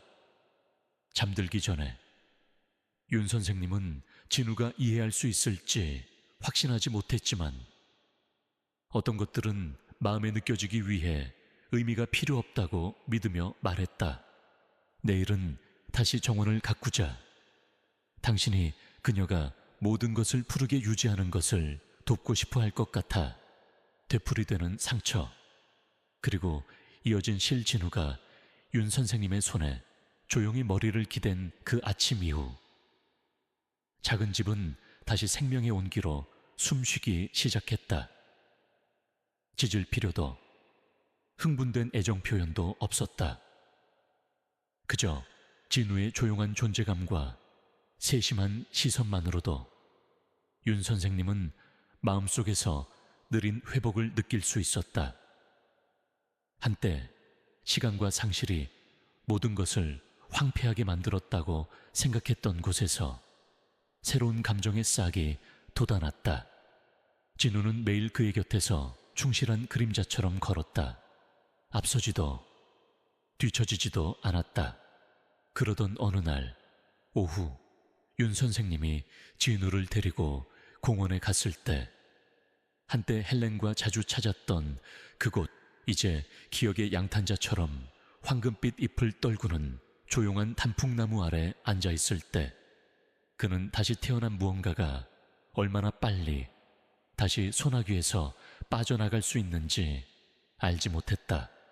구급차 사이렌 소리, 날카로운 소리가 조용한 오후를 칼날처럼 갈랐다. 그 순간 진우는 얼어붙었다. 그는 마치 석화된 것처럼 서 있었다. 눈은 커지고 귀는 활시위처럼 팽팽하게 뒤로 젖혀졌다. 그리고 마치 보이지 않는 실에 이끌린 것처럼 그는 쏜살같이 달려나갔다. 울부짖음도 뒤돌아봄도 없이 진우야 진우야 멈춰. 윤 선생님이 외쳤지만 대답은 없었다. 비가 쏟아지기 시작했다. 맹렬하고 몰아치는 비였다. 그는 비에 젖은 땅에서 미끄러지며 뒤쫓았다. 숨이 차고 안경은 뿌옇게 흐려졌다. 그는 비틀거리며 앞으로 나아갔고 여전히 진우의 이름을 불렀다.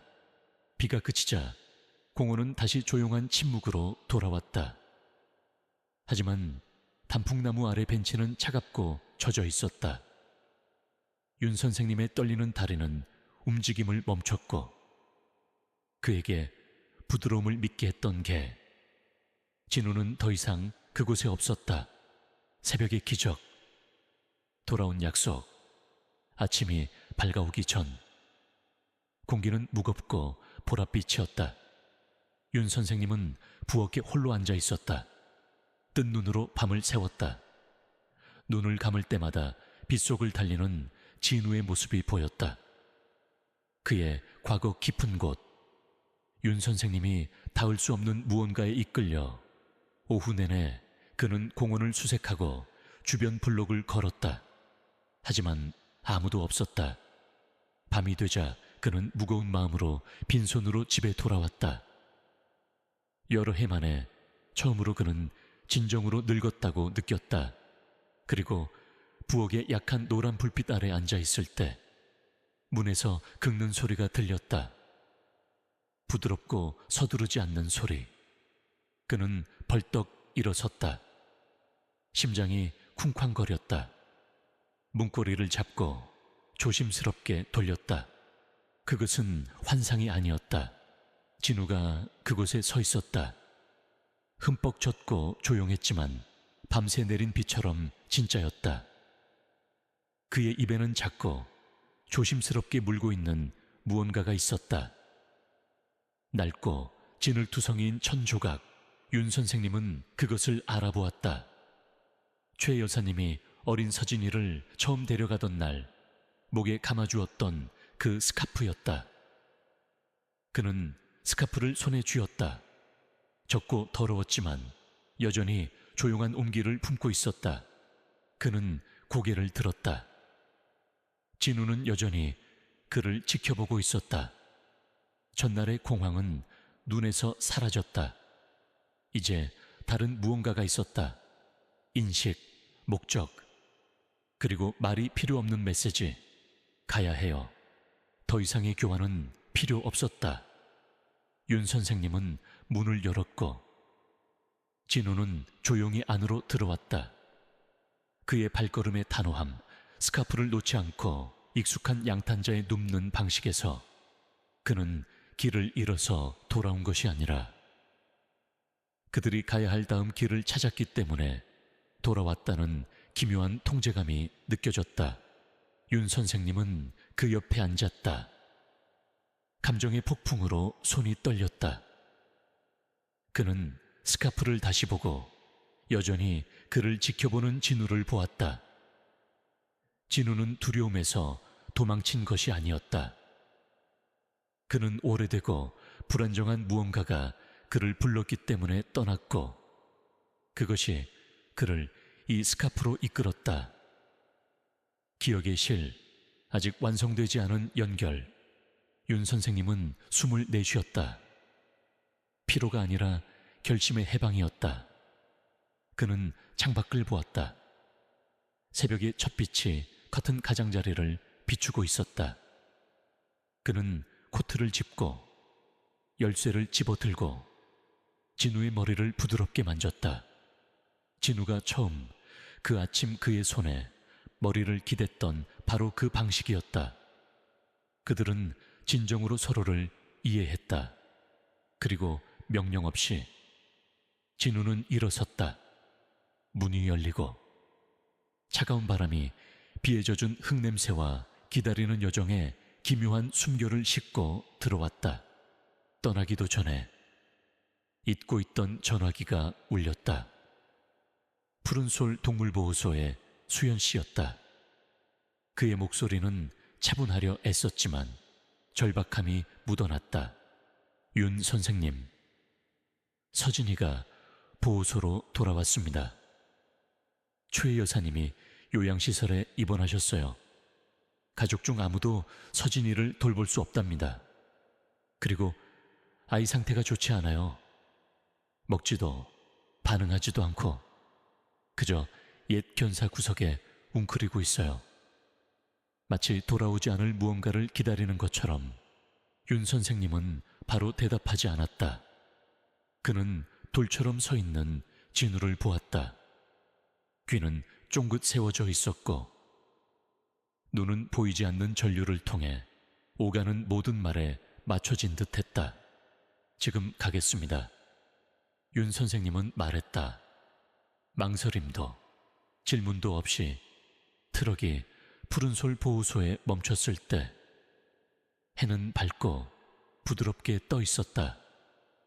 진우는 문이 열리기를 기다리지 않고 뛰어내려 한때 그와 동생이 나란히 잠들었던 견사줄로 직진했다. 수연 씨는 이미 기다리고 있었다. 줄끝을 가리켰다. 서진이는 그곳에 있었다.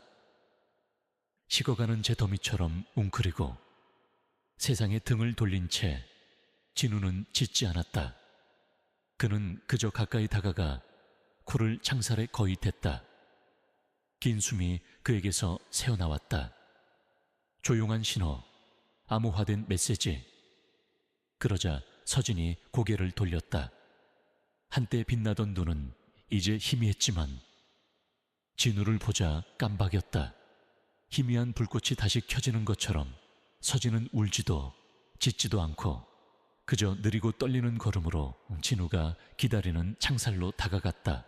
그리고 그 순간 두 마리 개는 낮고 함께 흐느꼈다.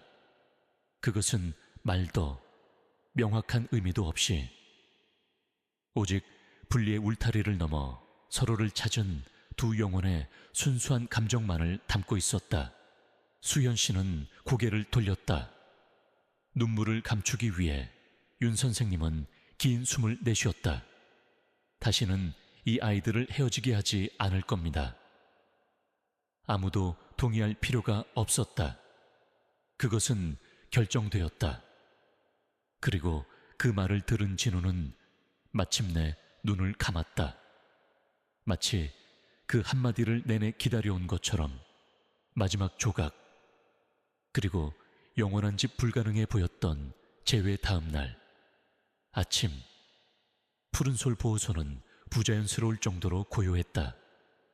서진이는 그날 밤 부드러운 침대가 아닌 옛 견사 구석, 진우가 그의 모든 숨결을 지켜보며 쉬었던 바로 그 창살 옆에 웅크리고 잠들었다. 다음 날 아침, 수연 씨의 제안으로 서진이는 건강검진을 위해 근처 동물병원으로 갔다. 보호소의 낡은 벤이 일찍 출발했다. 진우는 갈 수 없었다. 그것이 규칙이었다. 하지만 문이 닫히는 순간부터 진우의 눈은 벤이 간 방향에 고정되어 있었다. 1시간 후 전화벨이 울렸다. 이번에는 수연 씨의 목소리가 더 이상 안정적이지 않았다. 벤이 남대교 근처에서 가벼운 사고를 당했고 혼란 중에 서진이가 뛰어내렸다는 것이었다. 전화가 끝나기도 전에 복도에서 충돌음이 울려 퍼졌다. 진우는 메시지가 그의 내면에서 폭발한 것처럼 몸을 회g 움직여 느슨하게 묶여있던 목줄을 끊고 뛰쳐나갔다. 그는 짖지도 울부짖지도 않고 그저 질주했다. 진우야, 기다려 멈춰. 윤 선생님이 외쳤지만 진우는 결코 뒤돌아보지 않았다. 그들이 낡은 다리에 도착했을 때 수현 씨와 다른 두 직원이 이미 강둑을 따라 서진이의 이름을 부르고 있었다. 하지만 그를 찾은 것은 진우였다. 그는 갑자기 흐트러진 덤불 근처에서 멈춰 섰다. 그는 낮은 흐느낌을 냈다. 그리고 뛰어들었다. 신속하고 두려움 없이 윤 선생님이 따라가려 할 때 다리 아래 경사면에서 희미한 흐느낌이 들려왔다. 서진이는 다리 가장자리 아래에 몸을 웅크리고 있었다. 등은 긁히고 앞다리 하나는 부어 있었지만 숨은 쉬고 있었다. 진우는 떠나지 않았다. 그는 서진이 주위를 감싸 안아 자신의 젖은 털로 그를 따뜻하게 하려 했다. 그저 그곳에 누워 동생에게 시선을 고정한 채 숨을 차분하고 꾸준하게 쉬었다. 마치 괜찮아. 내가 지금 여기 왔어. 내가 해냈어. 라고 말하는 것처럼 기억의 목소리 서진이는 보호소로 돌아왔다. 부드러운 회색 담요에 쌓여 추운 비와 이름 없는 공포 속에서 밤을 보낸 후 단단히 웅크리고 있었다. 진우는 그의 곁을 걸었다. 목줄도 명령도 없이 그날 오후 푸른솔 보호소의 공기는 너무나 조용해서 복도의 숨소리가 들릴 정도였다. 수현 씨는 특별관리구역에 작은 견사를 준비했다. 서진이를 가두기 위해서가 아니라 평화를 주기 위해서였다. 그리고 아무도 예상하지 못한 순간이 왔다. 담요 둥지 안에 놓인 서진이는 진우를 보지 않았다. 너무 약해서도 두려워서도 아니었다. 그는 그저 그를 알아보지 못했다. 한때 비에 씻긴 보석처럼 밝았던 호박색 눈은 이제 먼지에 가려진 거울처럼 공허했다. 진우가 다가가 동생의 발에 가볍게 발을 대자 서진이는 구석으로 물러났다. 소리도 울음도 싸움도 없이 그저 침묵. 진우는 얼어붙었다. 숨이 목에 걸렸다. 그는 떠나지 않았지만 그의 눈은 희미해졌다. 폭풍 속에서 높이 솟았던 머리, 다리를 건너고 비를 뚫고 기억을 쫓았던 머리가 이제 갑작스러운 바람에 꺾인 풀잎처럼 고개를 숙였다. 지혜도 그곳에 있었다. 그녀는 공기 중에 무언가 부드럽지만 틀림없이 부서지는 것을 느꼈다. 그녀는 윤 선생님에게 돌아섰다. 기억할까요? 그녀는 부드럽게 물었다. 서진이는 아니지만 진우는 결코 잊지 않았어요. 그는 대답했다. 눈은 여전히 형제를 떠나지 않았다. 갑자기 그는 휴대폰을 꺼냈다. 그 위에는 몇 주 전 지혜가 찍은 영상이 있었다. 어느 날 아침 윤 선생님이 차를 끓이는 동안 진우가 2번 짧게 짚고 멈췄다가 더 길고 거친 지짐을 냈었다. 경보도, 기쁨도 아닌 패턴, 매우 특정한 누군가를 위한 소리. 그는 재생 버튼을 눌렀다. 짖음 소리가 조용한 방에 부드럽게 울려 퍼졌다. 크지는 않았지만 분명했다. 긴 기억의 복도를 가로질러 부르는 목소리. 진우는 반응하지 않았다. 그의 목소리였지만, 하지만 서진이는 반응했다. 그의 머리가 들렸다. 놀라거나 갑작스럽지 않고 마치 누군가 그에게 오랫동안 닫혔지만 결코 완전히 봉인되지 않은 문을 여는 열쇠를 건네준 것처럼 그의 귀가 움찔했다. 긴장된 몸이 부드러워지기 시작했다. 그리고 그 연약한 공간에서 서진이는 부드러운 흐느낌을 냈다. 옅고 가느다란 소리였지만 그 안에는 불꽃이 있었다. 진우는 일어섰다. 서두르지도 뛰어오르지도 않았다. 그는 한 걸음, 단 한 걸음 내디디고 앉았다. 서진이는 처음으로 그를 보았다. 시선은 밟지 않았지만 그 무겁고 슬픈 시선 속에서 무언가 바뀌었다. 기억의 불꽃, 온기의 흔적, 오래전 어둠 속에서 울려 퍼졌던 소리, 그리고 천천히 서진이는 구석에서 기어나와 한 걸음 한 걸음 그 짖음 소리를 향해, 그를 결코 잊지 않은 눈을 향해 다가갔다. 그들의 코가 창살을 통해 맞닿았을 때 이번에는 망설임이 없었다. 진우는 부드럽게 흐느꼈다. 서진이가 응답했다. 두 개의 머리가 서로에게 부딪히며 그들이 첫 폭풍 속종이 상자에 누워있을 때 한때 알았던 형태를 찾았다. 지혜는 말없이 고개를 돌렸다. 그녀는 더 이상 트라우마 회복에 대한 연구 노트가 필요하지 않았다. 그녀에게 필요한 것은 아무도 구할 수 없다고 생각했던 무언가가 다시 꿰매어지는 것을 조용히 옆에서 지켜보는 것뿐이었다. 윤 선생님은 바닥에 주저앉아 벽에 기댔다. 수년간의 상실로 굳어진 그의 심장은 이제 고통이 아니라 너무나 현실적이어서 이름 붙일 수 없는 무언가로 고동쳤다. 그리고 마치 분리의 날이 없었던 것처럼, 마치 그 외로운 몇 달이 그저 흩어진 꿈이었던 것처럼 서진이는 조용히 더 가까이 다가가 진우에게 기댔다. 미친 듯이도 비틀거리며도 아닌 마치 이른 바람이 마지막 잎사귀를 가지로 되돌려 놓는 것처럼 부드러운 움직임이었다. 진우는 물러서지 않았다. 그는 서두르지 않고 기다렸다. 그리고 서진이의 코가 그의 목덜미에 닿았을 때, 그 작은 머리가 한때 그를 첫 비오는 상자에서 보호해 주었던 가슴에 파묻혔을 때 진우는 천천히 고개를 기울여 상실로 달아빠진 영혼이 여전히 줄 수 있는 모든 부드러움으로 동생을 감쌌다. 짖을 필요도 소리도 필요 없었다. 오직 온기.